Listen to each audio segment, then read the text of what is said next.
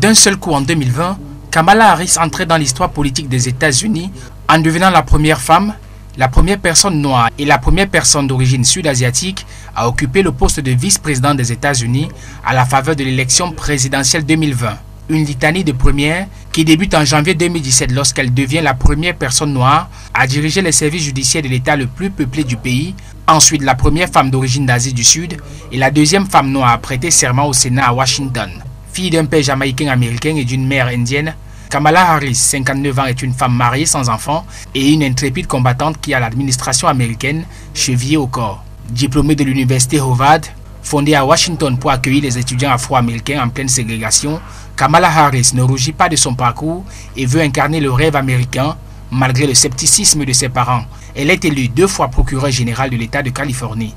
Diplômée de l'université de droit, puis procureure de district, Kamala Harris a gravi tous les échelons du système judiciaire californien avant d'être élue procureure générale en 2010.